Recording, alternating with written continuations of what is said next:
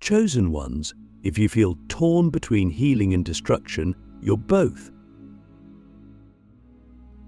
Imagine this: you're sitting alone in a room that should feel safe, peaceful, even serene. But deep inside your chest, there's a storm. One part of you aches to build, to heal, to nurture others, to finally become the version of yourself that uplifts the world. And yet, another part, darker, more primal, wants to burn it all down. Not just the lies or the systems that hurt you, but even the parts of yourself that seem too fragile, too pure. You feel like you're being torn in two. And here's the truth no one ever told you. That's because you are both. You are the healer. You are the destroyer. And until you recognize that duality within you, you'll keep feeling like something's wrong with you when in fact, something's awakening. We've been conditioned to believe that we must choose, that we have to be one or the other. That if we are spiritual, we must only move in light, in peace, in forgiveness. That anger, rage, chaos, even destruction are enemies of the spiritual path. But what if that's the greatest illusion of all? What if your chaos is not your enemy, but your raw power waiting to be remembered? What if healing is not about silencing the destruction within you, but honoring it, learning from it, wielding it with wisdom? This is the paradox of the chosen ones. They are not just beams of light sent to make the world kinder. They are the stormbringers, the ones who walk into crumbling realities and shake the foundations until truth is all that remains. Click subscribe to this channel to get more profound spiritual lesson. If you feel torn between healing and destruction, it's because your soul came here with the codes of both. That's why you feel so conflicted. That's why your gentleness coexists with fury. That's why you can love so deeply and also feel the urge to burn bridges that no longer serve your soul. It's not a flaw. It's not spiritual immaturity. It's spiritual sovereignty. It's the mark of someone who has been initiated by both fire and water. And the deeper truth is, you were never meant to be just one thing. You were meant to be whole. And wholeness isn't sanitized. It's sacred chaos. I'm not talking about mindless destruction or healing that avoids the truth. I'm talking about the kind of destruction that clears space for rebirth, the kind that cuts through illusion with precision, the kind that says, this system, this relationship, this belief, I will no longer carry it. And I'm talking about the kind of healing that doesn't just patch things up, but reaches into the core and transforms everything. You see, when you suppress the destroyer within you, it doesn't go away. It festers. It turns inward. It begins to sabotage your healing. And when you suppress the healer, your destruction becomes reckless, directionless, untethered. That's why so many of us feel like we're spiraling, we're living in fragments. But you were never meant to be fragmented. You were meant to integrate. So let me ask you this. What would it look like if you stopped choosing between healing and destruction and let them both speak? What if instead of resisting your rage, you asked it what it's protecting? What if instead of judging your tears, you honored them as sacred water? Because inside your destruction is a message, a blueprint, a map, and inside your healing is the wisdom to read that map. You are not too much. You are not too intense. You are simply awake to the full range of your power. There's something else we need to say. The world doesn't just need soft light. It needs sacred fire. It needs people who can hold the frequency of destruction while guiding others into healing. who can tear down systems of control, manipulation, and spiritual bypassing, and then build temples of truth, integrity, and love on top of the ashes. That's the job of the chosen ones. That's the path of the soul warrior. To be both the blade and the balm. To be both the shadow and the light. To stop running from the parts of ourselves that scare us and instead reclaim them. Because the more you reclaim, the more you remember who you are, not who the world told you to be, not who you had to become to survive, but who you chose to be before you were born. And let's be honest, this isn't an easy path. It's going to tear you apart. It's going to ask you to let go of everything you thought was true, everything you thought you needed to be safe. It's going to ask you to descend into the depths of your own being, to face the parts of you that you've been hiding, even from yourself. But that descent, that's where the gold is. That's where the real magic lives. In the places you were told to fear, in the emotions you were taught to suppress, in the chaos you were told to avoid. Because when you meet those parts with presence, they don't consume you. They awaken you. So here's what I want you to remember. You are not here to be perfect. You're here to be real. You're here to embody the full spectrum of your being and to walk into the world as both medicine and flame. And when people feel your energy, they won't always understand it. Some will be drawn to it. Some will be terrified by it. That's okay. You didn't come here to be understood by everyone. You came here to be true to yourself. You came to remind others what it looks like to live as a full-spectrum being in a world that only celebrates half the truth. So the next time you feel torn between healing and destruction, don't try to choose. Don't try to fix what isn't broken. Sit with it. Let both voices speak. Let both parts lead. Because you are not either or. You are both and. You are the paradox. You are the bridge.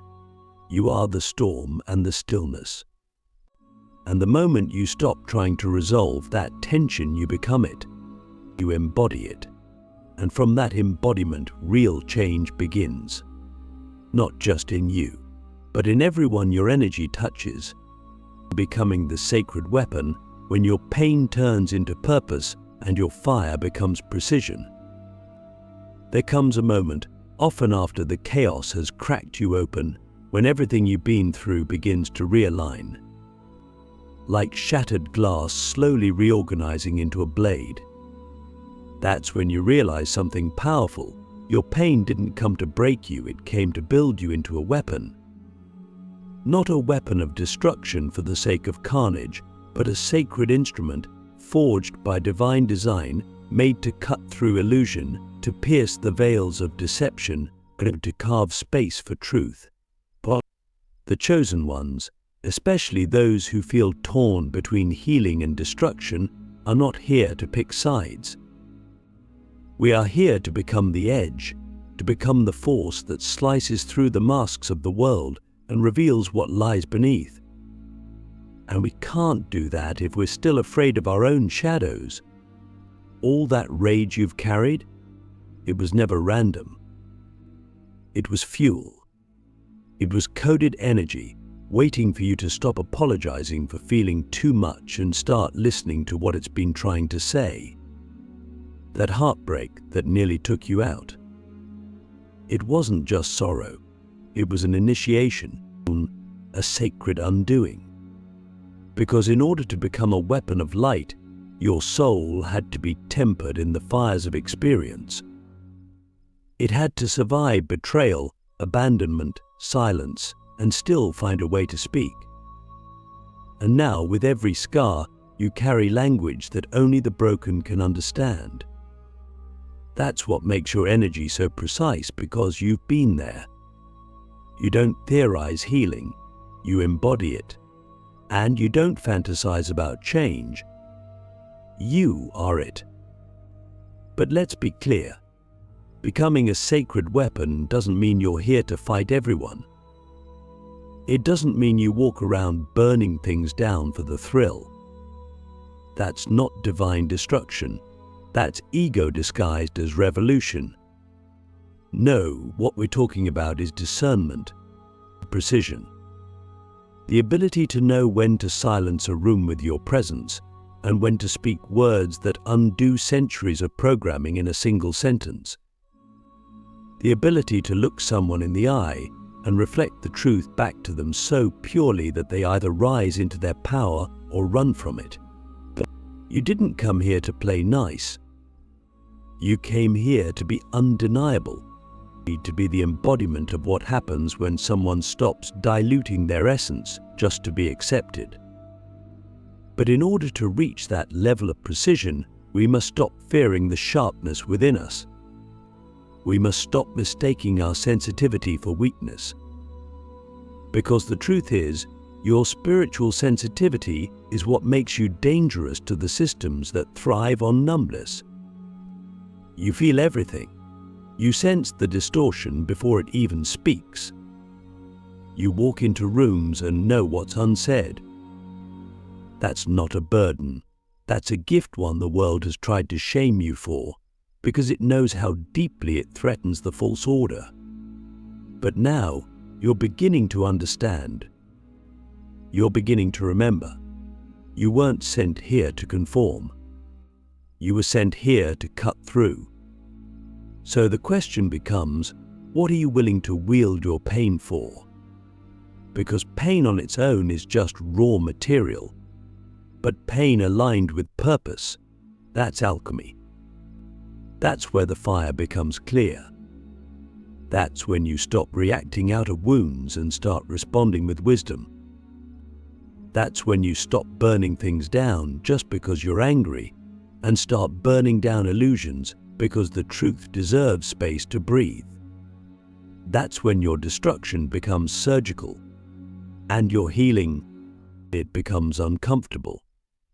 Because real healing doesn't just soothe, it shifts. It confronts, it transforms, and it often makes people uneasy because it asks them to rise to the level of truth you now carry. And yes, it's lonely. Precision is lonely. Power is lonely. Because the more you refine your energy, the more you realize how few people are willing to meet you there. But you didn't come here to be surrounded by crowds. You came to be clear.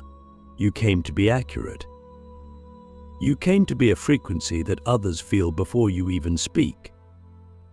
And as your pain turns into purpose, you begin to see the architecture of your entire life differently.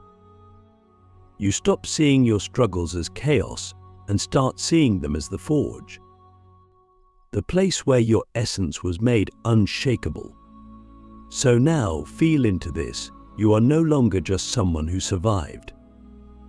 You are someone who remembers. You remember the fire. You remember the silence. And now, you remember your edge. You are not here to be omnidimensional. You are not here to be tame. You are here to be the one who can walk between the healer and the destroyer and honor both. You are here to be a sacred weapon crafted by divinity, sharpened by experience, and wielded by consciousness.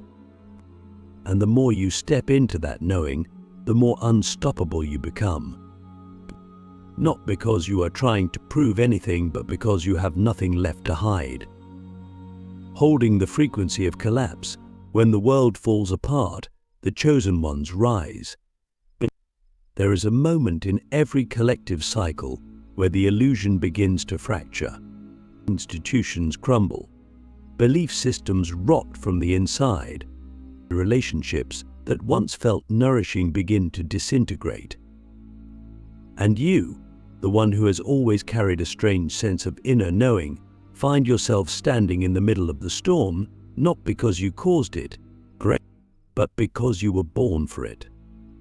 The world doesn't fall apart randomly.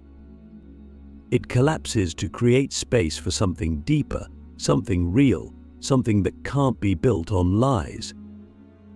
And when that collapse happens, society doesn't need more noise, more panic, more shallow advice. It needs frequency holders, chosen ones, the ones who have already died and resurrected 1,000 times within themselves, the ones who are not afraid of endings because they carry the codes of rebirth. But when everything outside of you begins to fall, your first instinct might be to panic, because that's what you were conditioned to do, to grasp, to fix, to patch. But if you've done the inner work, if you've faced your own collapse, then you know better. You know that destruction is not the enemy. You know that chaos is not failure. It's initiation. And in that moment, when others are breaking down, you become still. Not because you're cold, not because you're detached, but because you have become familiar with the void.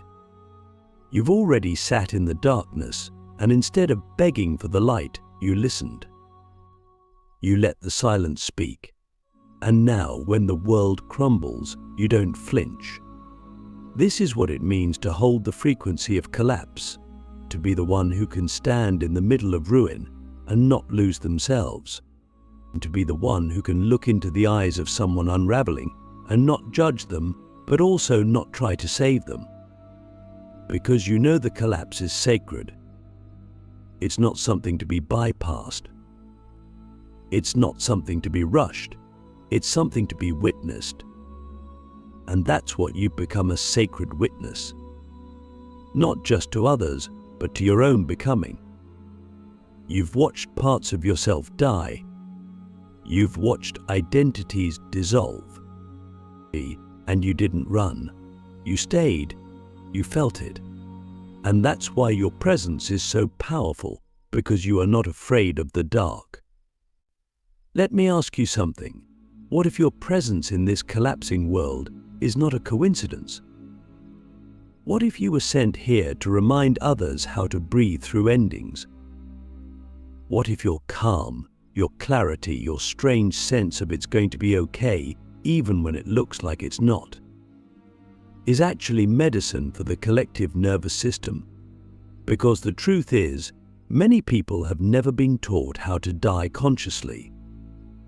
They think death is failure. They think collapse is weakness. But you, Matu, you've made peace with impermanence. You've stopped clinging.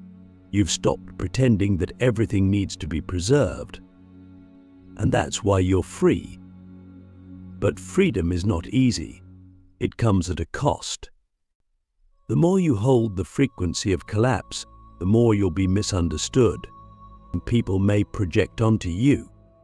They may call you too detached, too intense, too quiet, too calm in the face of destruction. But that's because they don't understand what you've seen. They haven't walked through the fire barefoot like you have. They haven't buried the old versions of themselves over and over again just to rise with more clarity. But you have, and now your job isn't to convince them of anything. Your job is simply to be, to embody the stillness in the storm, to be the lighthouse in the blackout, to show, not tell, what it looks like to trust the fall.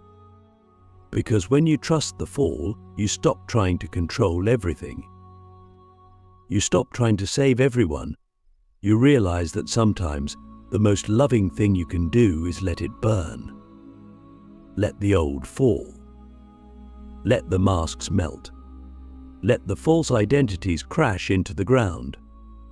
That's the only way something real can rise.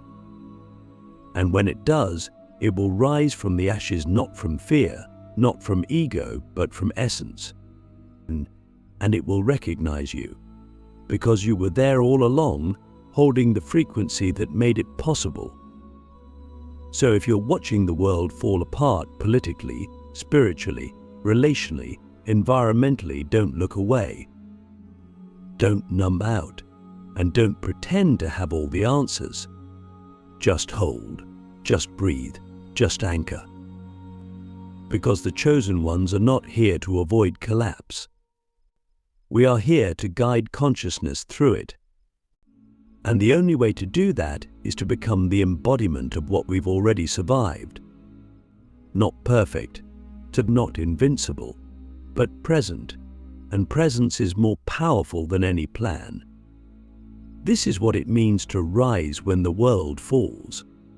Not with noise, not with force, but with frequency. A frequency that says, I've been here before. I've died before. I've lost everything before. And still I rise. Not to fix, not to impress, but simply to be. And that being is the seed of the new world. The return of the architect, building a new reality from the ruins of the old. When the dust settles and the old world lies in fragments, something inside you stirs. It's not relief, it's not victory, it's remembrance. Because deep down you always knew this day would come. The collapse was never the end, it was the clearing.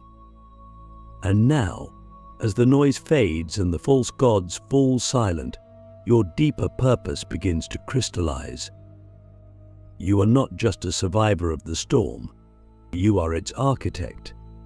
The one who walks through the ruins, not to mourn what was, but to build what must come next. This is the phase that few ever reach. It's easy to burn things down. It's harder to build from the ashes. But you carry the codes for both. You've done the destruction with sacred precision. You've held the frequency through collapse. And now you are being asked to create. Not just for yourself, but for the collective. You are being asked to design a new template for reality. One that honors truth over comfort, but integrity over performance, depth over illusion. And you cannot do that from the mindset of the old world. You must become the blueprint. So the real question is no longer what do I need to fix, but what do I want to birth? What kind of relationships? What kind of community? What kind of systems? What kind of self? This is not about manifesting from ego. This is about channeling destiny, listening so deeply to your soul that its vision becomes the foundation of your next chapter. Because only those who have faced the abyss can build something that doesn't collapse at the first sign of pressure. You are not here to replicate what was. You are here to reimagine what's possible. And this is where the architect within you must awaken. You must become intentional with your energy. You must choose your words like spells. You must curate your environment like a sacred temple. Every thought, every habit, every interaction is either aligned with the old world or the new one you're building. There is no neutral ground anymore. You are either remembering your power or forgetting it. And if you want to lead others through this shift, you must first lead yourself. You must become a living embodiment of the future you believe in. This won't be easy. Creation never is. You'll doubt yourself. You'll feel the pull to go back to what's familiar.